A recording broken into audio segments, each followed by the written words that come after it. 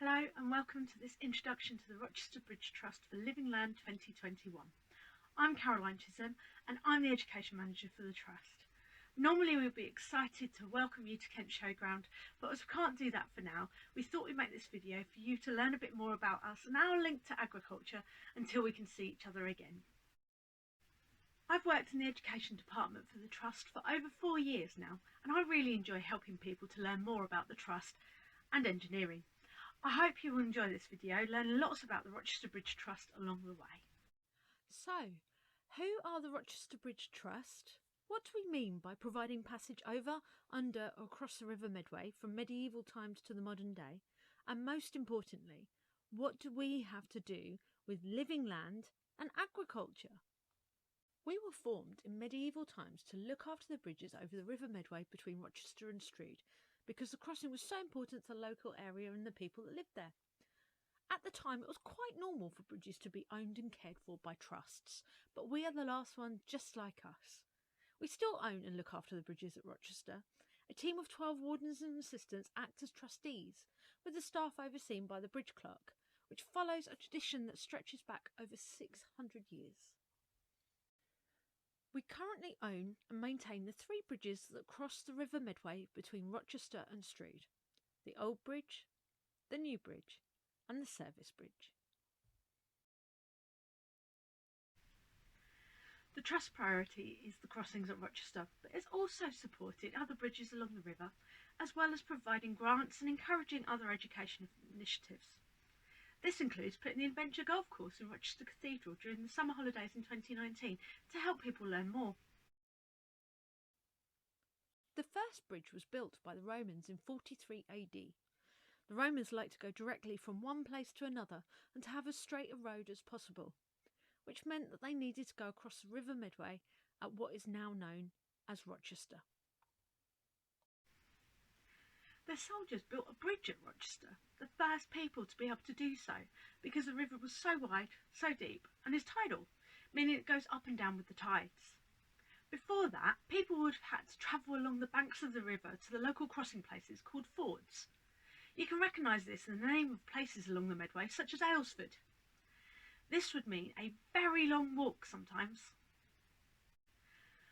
More than 1300 years later, when the Roman bridge collapsed because it had fallen into disrepair, 2 rich and powerful men volunteered to pay for a new bridge.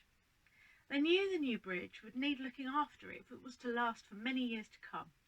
So in 1399, they asked King Richard II to set up a charity to look after the bridge. That charity became the Rochester Bridge Trust. The charity needed money, and so founders asked their friends to donate money and land for farms to ensure there would be an income to look after the bridge forever. The land included buildings in London and Essex, as well as Langdon Manor Farm in Faversham, and many properties in and around Rochester and other parts of Kent. This was the beginning of the Rochester Bridge Trust's property estate. Many of the farms and properties given to the Rochester Bridge Trust in the late 14th century were still owned by the charity 500 years later, when the Charity Commission granted the trust the powers to buy and sell land. During the 500-year period, the medieval stone bridge had been maintained and even replaced, all paid for by the rents from the estate and at no cost to the public. Since then, the estate has been adapted to include farms and buildings across Kent and beyond. The image on the left shows the Eastwick marshes on the Hope Peninsula. The bridge wardens had acquired this 30-acre stretch of salt marshes by 1399. The use of the name Wick is thought to be from the Anglo-Saxon, meaning a sheep farm on a marsh.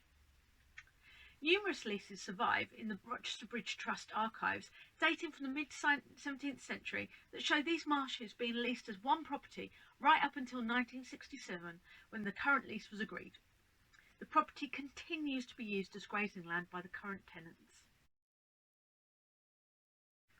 The Trust still owns lots of land and property in Kent and beyond. The Eastwick marshes, as mentioned, where sheep are still grazed. Did you know that sheep can recognise up to 20 human faces? They prefer happy human faces rather than sad or grumpy too. Surprisingly, the wool from a sheep can weigh up to 20 kilograms. That's enough to make 280 pairs of socks. The Trust still also owns the first property donated to the Trust, Langdon Manor Farm, which is where the name of our mascot, Langdon the Lion, comes from. We also own farm or grazing land in Chalk near Gravesend, near Canterbury, on the Isle of Grain, in Borough Green and near Maidstone. This is a newer part of the Rochester Bridge Trust's estate, having been bought less than a century ago. Where some farms grow wheat or corn, the majority of the land at Borley Farm near Maidstone grows grapes to make wine. Pumpkin Moon is a 20-hectare site within Borley Farm. Around half of Pumpkin Moon's land is dedicated to pumpkins, as well as a maze, and the rest of the land is left to grow wild and support nature. There are 4 beehives whose inhabitants help pollinate the pumpkins, but these aren't the only workers. Some pumpkins have white flowers that are pollinated by moths at night. There are more than 80 different types of pumpkins, gourds and squash grown at Pumpkin Moon. Pumpkins are a fruit as they contain seeds, but when it comes to cooking, they are often considered vegetables. Each pumpkin contains about 500 seeds, which are great for eating. Every part of the pumpkin is edible. You can eat the skin, leaves, flowers, pulp, seeds, and even the stem. Last year, we ran an event introducing pumpkins to children, and they got to take their own seed away to grow at school. It was potluck which variety they each got. It only takes about 100 days to grow a pumpkin or squash, which is surprising given the largest pumpkin ever grown weighed 1,100 kilograms, which was about the same as 2 grizzly bears. In the top right picture, you can see gourds. These are one of the oldest cultivated plants, originally grown to make storage containers for food and water, but have been used to make musical instruments and birdhouses.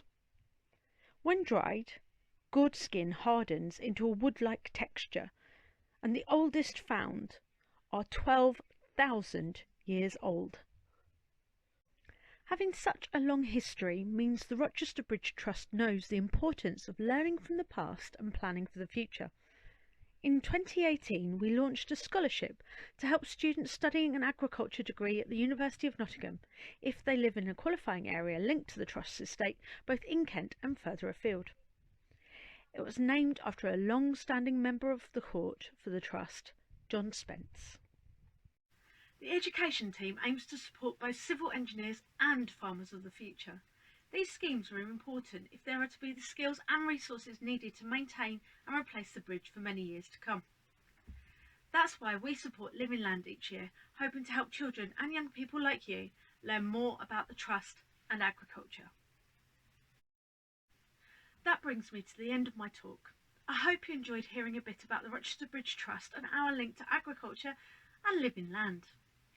If you would like to find out more about the work of the Trust or the activities for the education team, you or your adults can find us on our websites, Facebook pages and Twitter. Hopefully we'll be back at Living Land in person next year. But for now though, take care, stay safe and goodbye.